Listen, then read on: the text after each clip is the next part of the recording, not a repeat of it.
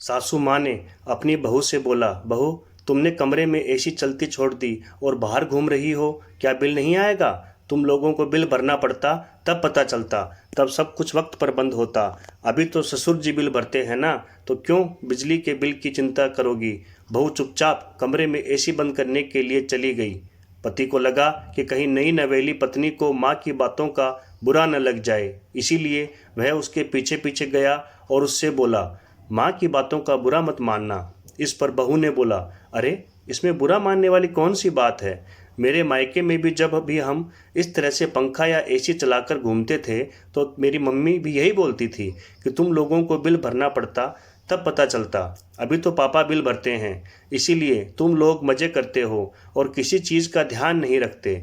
और यही बात यहाँ मम्मी ने बोली, गलती तो हमारी ही है, हम लापरवाही करते हैं। पति बहुत खुश हुआ कि चलो मेरी पत्नी काफ़ी समझदार है। सासू माँ भी कमरे के बाहर खड़ी होकर पति पत्नी की बातें सुन रही थी, क्योंकि उन्हें भी लगा था कहीं उनकी बातों का बुरा मानकर उनकी बहू उनके बेटे को उनके खिलाफ भड़का ना दे। लेकिन उन्हें भी तसल्ली हुई कि उनकी बहू काफ़ी समझदार है। इसी तरह एक दिन सासू माँ काफ़ी देर से फ़ोन पर बातें कर रही थी और उनका खाना ठंडा हो रहा था। खाना खाने के बाद उन्हें दवाइयाँ भी लेनी थी, तो बहू ने चुपचाप उनके हाथों से फ़ोन ले लिया और बोला, मम्मी पहले आप खाना खाकर दवाइयाँ ले लीजिए, फिर फ़ोन पर बात करते रहिएगा। सासू माँ ने तीखी नज़रों से बहू को घूरा और बोला, बहू तुम बहू हो तो बहू बनकर रहो, मेरी सास बनने की कोशिश मत करना। हिम्मत कैसे हुई तुम्हारी मेरे हाथों से मोबाइल लेने की? आइंदा ऐसी गलती मत करना। कहकर सासू माँ वहाँ से चली गई। बहू की आंखों में आंसू आ गए थे। थोड़ी देर के बाद सासू माँ रसोई घर की तरफ पानी लेने के लिए जा रही थी कि उन्हें बहू की बातें सुनाई पड़ी। बहू रसोई घर में अपनी माँ से फ़ोन पर बातें कर रही थी और बोल रही थी, माँ मैं तो सासू माँ को अपनी आपकी तरह ही अपनी मम्मी मानती हूँ और उनकी किसी बात का बुरा नहीं मानती। जैसे आप मुझे डांटती थी वैसे ही वह भी मुझे डांटती है और मुझे बिल्कुल भी बुरा नहीं लगता, क्योंकि आखिर वह भी मेरी माँ है। लेकिन मम्मी वह मुझे अपनी बेटी की तरह नहीं मानती। मैं आपके हाथों से फ़ोन लेकर पहले खाना खाने के लिए जब भी बोलती थी, आप कितने प्यार से मेरे हाथ रखकर बोलती थी, मेरा कितना ख्याल रखती है तू।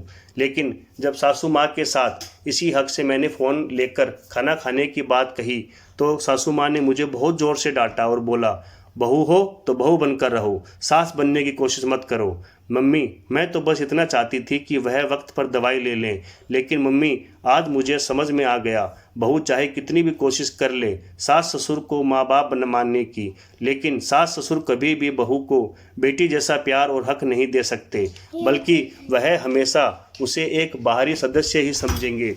खैर मैं तो अब की तरफ से आगे भी कोशिश करती रहूँगी।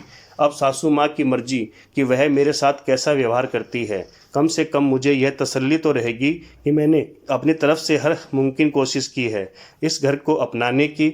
लेकिन अगर एक सीमा के बाद भी मुझे नहीं अपनाया जाएगा तो फिर मैं स्वतंत्र रहूँगी अपने फैसले लेने के लिए, क्योंकि आखिर मेरा भी एक आत्मसम्मान है।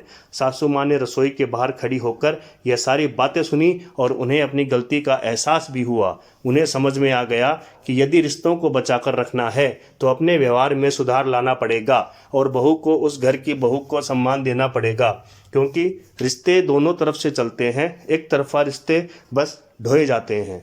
और सासू माँ ने बहू को गले से लगा लिया और बोला, बेटा आज तो तू ही दवाइयाँ टाइम पर दिया करेगी और अगर मैं देर करूं तो मुझे अपनी मम्मी की तरह डांट लगाकर दवाइयाँ खिला देना, क्योंकि अब तुम ही इस घर की बहू हो और इस घर की जिम्मेदारी तुम्हारी ही है। इस घर का बनाना और बिगाड़ना अब तुम्हारे हाथों में है। बस यही समझ लो, मैं हर कदम पर तुम्हारे साथ हूँ।